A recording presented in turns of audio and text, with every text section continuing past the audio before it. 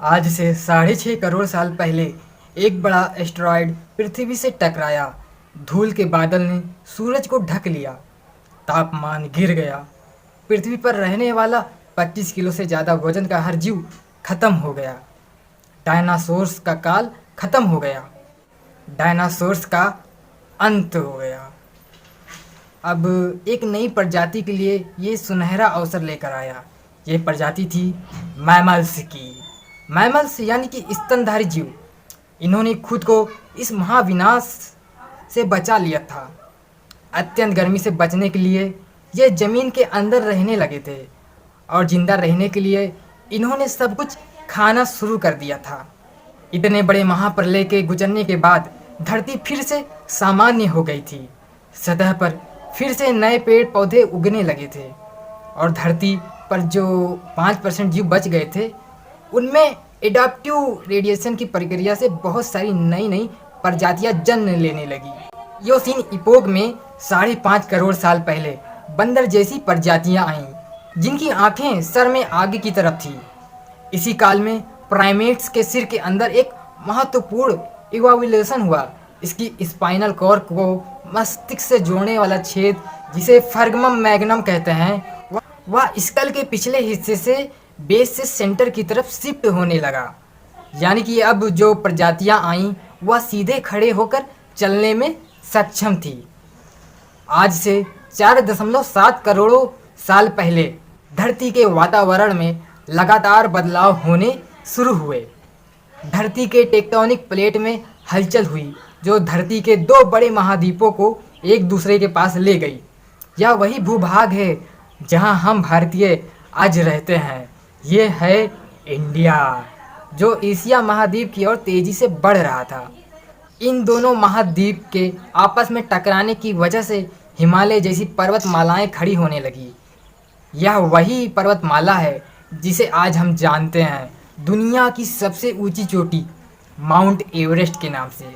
ये पर्वतमालाएं इतनी ऊंची थीं कि इससे मौसम का पैटर्न बदलने लगा जिससे पृथ्वी ठंडी होने लगी। इस पर्वत श्रृंखला से गिरने वाला बर्फ आगे चलकर कई नदियों का निर्माण करने लगा। यह वही नदियां हैं जिससे हमारी आधी आबादी को पीने का पानी मुहैया होता है। ओलिगोसीन इपोक में 3 करोड़ साल पहले ग्लोबल कूलिंग हुई। घास के मैदान बढ़ने लगे और जंगल घटने लगे। तब ऐसे जानवर विकसित हुए जो खुले मैदान में रहने के लिए उपयुक्त थे और इसी में दूसरे जानवरों को खाने वाले जानवर भी विकसित होने लगे। 1 करोड़ साल पहले पृथ्वी वह रूप लेने लगी थी जिसे आज हम देख रहे हैं। धरती का वातावरण लगभग पूरी तरह से आज के सामान्य हो चुका था और धरती के सारे महाद्वीप लगभग पूरी तरह से जाने पहचाने थे। लेकिन परिस्थितियां फिर बदलने लगी।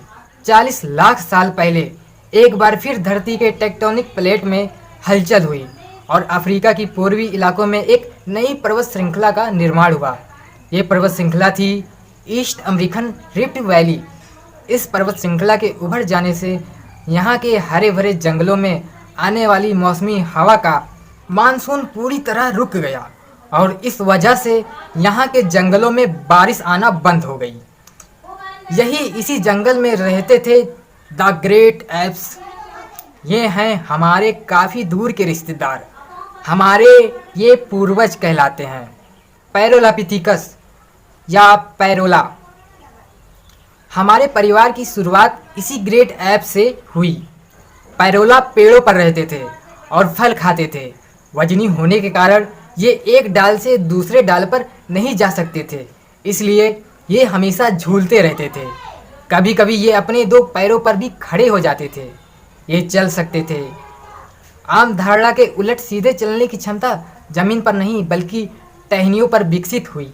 बायोमेटालिज्म यानी 2 पैरों पर चलना इंसानों की नहीं बल्कि एप्स की खोज थी।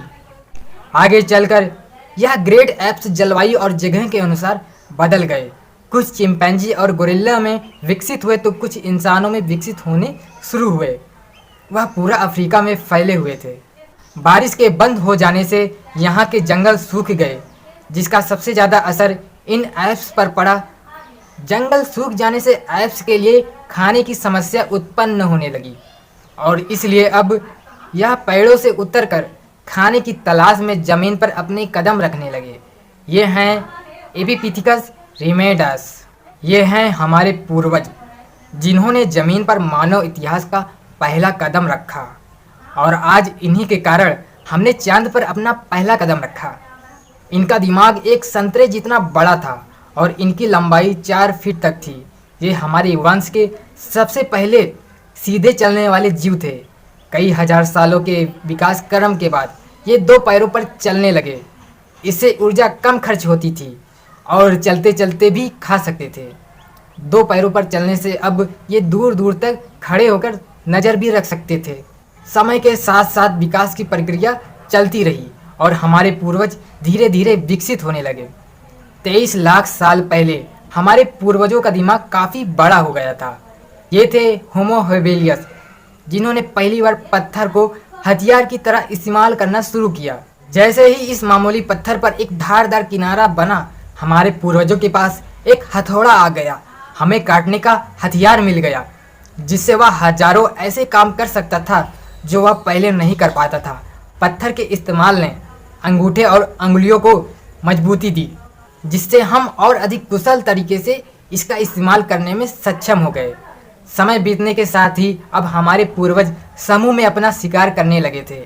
ये थे होमो इरेक्टस, जो अन्य जानवरों से ज़्यादा होशियार थे। इन्होंने ही सबसे पहले आग का इस्तेमाल करना सीखा।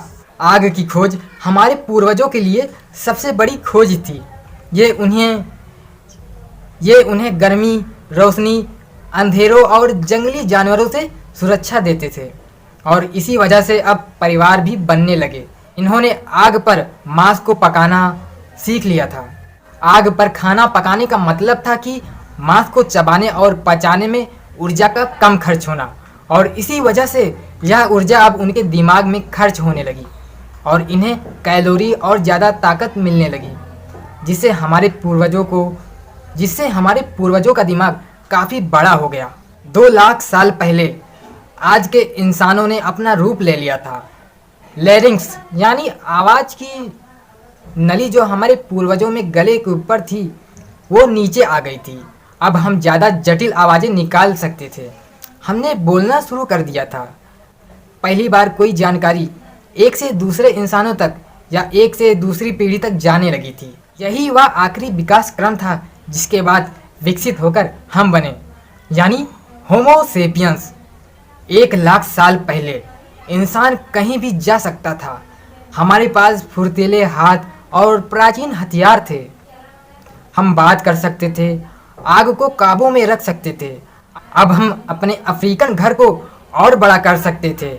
महाद्वीप यानी कि कॉन्टिनेंट खिसके तो अफ्रीका और यूरेशिया जुड़ गए, और उससे बनी एक बहुत बड़ी ज़मीन जिसका नाम था एफ्रो यूरेशिया। इंसानों के दूर दूर जाने से बहुत बड़ा बदलाव आया। अब हम एक महाद्वीप से दूसरे महाद्वीप में रहने लगे। इसकी वजह से हम उन चीज़ों से बचे हुए थे जिसकी वजह से वानरों के मुकाबले दूसरे बड़े स्तनधारी हमेशा के लिए ख़त्म हो गए। करीब 50,000 साल पहले आइस एज शुरू हो गया और नॉर्थ पोल से आगे बढ़ने लगा। उसी वक्त इंसान चाइना और ऑस्ट्रेलिया तक पहुंच गया था। 30,000 साल पहले पहली बार इंसान यूरोप पहुंच गए। जब बर्फ़ अपने चरम पर थी, तब इंसान अपनी खोज में नॉर्थ ईस्ट साइबेरिया के बर्फीली ठंड तक पहुंच गया। आइस एज के इतने कठिन दौर में भी इंसान हर एक हुनर का विकास कर रहा था, जिससे कि वह सच्चे मायनों में इंसान बन सके। हमने खुद को उस माहौल में ढाल लिया। हम ज़्यादा समझदार हो गए। उसके बाद हमने पूरी दुनिया में अपनी बस्तियां बसा ली। समुद्री किनारों से पहाड़ की चोटियों तक, हरे भरे मैदानों से लेकर पथरीले इलाकों तक, हर जगह इंसान थे। हमारे हुलिया, त्वचा और बाल और आँखों का आकार जलवायु और जगह के अनुसार बदल गया। हमने अपनी आवश्यकता के हिसाब से खेती शुरू की और जानवरों को पालना शुरू कर दिया।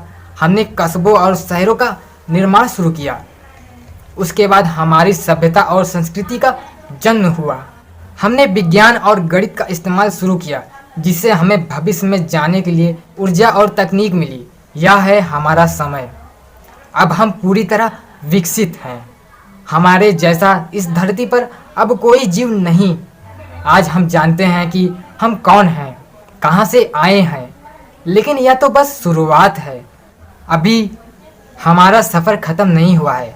हमें अभी और आगे जाना है, आने वाली चुनौतियों का सामना करना है और खुद को और विकसित और आधुनिक बनाना है। तो गाइस, अगर आपको वीडियो अच्छी लगी तो वीडियो को लाइक करिए, ढेर सारा शेयर करिए और कमेंट करिए कि आपको कैसा लगा वीडियो, और हमारा सपोर्ट करिए, चैनल को सब्सक्राइब करिए। तो मिलते हैं हम आपसे, तब तक के लिए हमको इजाज़त दीजिए।